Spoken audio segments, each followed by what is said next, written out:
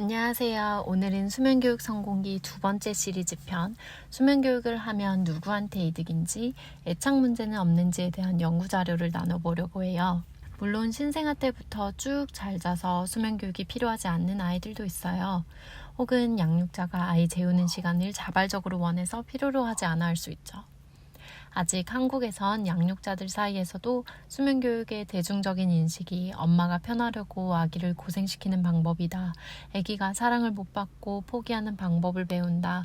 어차피 시간 지나면 잘 잔다. 애가 불쌍하다 등등 보통은 부정적인 인식인 것도 사실이에요. 그런데 정말 그런 걸까요? 하버드 경제학 박사 에밀리 오스터가 쓴 최강의 데이터 육아책에는 이렇게 나와요. 수면 훈련에 대한 대중의 담론은 부정적인 영향을 미칠 가능성에 초점을 맞추지만 학술 분원은 아이의 수면이 개선될 뿐만 아니라 부모에게도 도움이 되는 장점에 초점을 맞추고 있다. 가장 중요한 것은 수면 훈련이 산후 우울증을 줄이는 효과에 매우 큰 것으로 보인다는 점이다. 한 소규모 연구에서는 처음에 임상 우울증 판정을 받은 산모가 70%였으나 수면 훈련 후 10%로 낮아졌다. 또 잠을 잘 자는 것은 아이들의 발달에 도움이 된다. 더 오래 숙면을 취할 수 있는 훌륭한 수면 습관을 들이면 장기적으로 긍정적인 효과가 나타날 수 있다. 이건 정말 저도 경험한 건데요. 저도 아기를 한번 재우는데 2-3시간씩 걸리고 통제가 안 될 정도로 울고 새벽에 깨고 저도 못 자고 그러다 보니까 기본적으로 정말 예민해지고 우울해졌어요. 지옥이 이런 건가 싶을 정도로 너무너무 괴로웠죠. 하지만 아기가 스스로 자기 시작하고 오히려 저의 육퇴도 빨라지고 예측 가능해지다 보니 정말 저의 삶의 질도 나아졌고 다음날 육아를 할 수 있는 체력도 생겼고요. 그 무엇보다 저도 저녁에 잘 수 있어서 수면의 질도 좋아졌어요. 울다가 지쳐 잠드는 거에 대한 연구는 뭐라고 할까요? 아이한테 해로울까요? 동일한 책에 의하면 이 질문에 대한 많은 연구들이 있다고 해요. 2004년에 발표된 스웨덴의 한 연구는 95가구를 대상으로 무작위로 아이들에게 울다 잠들게 하는 형태의 수면 훈련을 하도록 했어요. 애들을 밤에 울다가 자도록 내버려두면 낮 동안 유아가 부모에게 애착을 덜 보이는지에 대한 연구였죠. 그리고 연구 결과는 아이의 안정감과 애착이 울다 잠들기 훈련 후 오히려 향상된 것으로 나타났어요. 또 아이가 낮에 더 잘 놀고 더 잘 먹는다는 보고도 나왔죠. 놀랍게도 이 연구뿐만이 아니에요.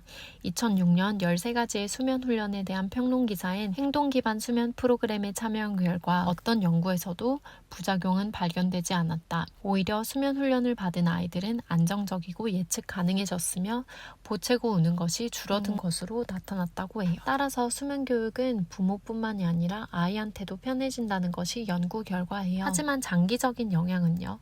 사실 저희가 가장 걱정하는 부분이 이 부분이 아닐까 싶어요. 이 부분에 대한 연구도 호주에서 있었는데 생후 8개월의 아기를 둔 328가구를 대상으로 수면 훈련이 아이의 수면을 향상시키고 부모의 우울증을 낮춘다는 결과가 1차적으로 있었고 5년 후 같은 가구들을 추적한 결과 아이들의 정서적 안정이나 행동, 스트레스, 부모와의 친밀도, 갈등, 부모나 다른 사람들과의 애착을 포함하는 모든 부분에서 수면 훈련을 받은 아이들과 받지 않은 아이들과 똑같다는 결과였어요. 하지만 당연히 그에 반대되는 학술적 글도 많았죠. 2011년에 수면의학 리뷰에 실린 글도 있고 매거진 슬립에도 아이의 울음을 무시하는 것에 대한 비판적인 글도 있었어요.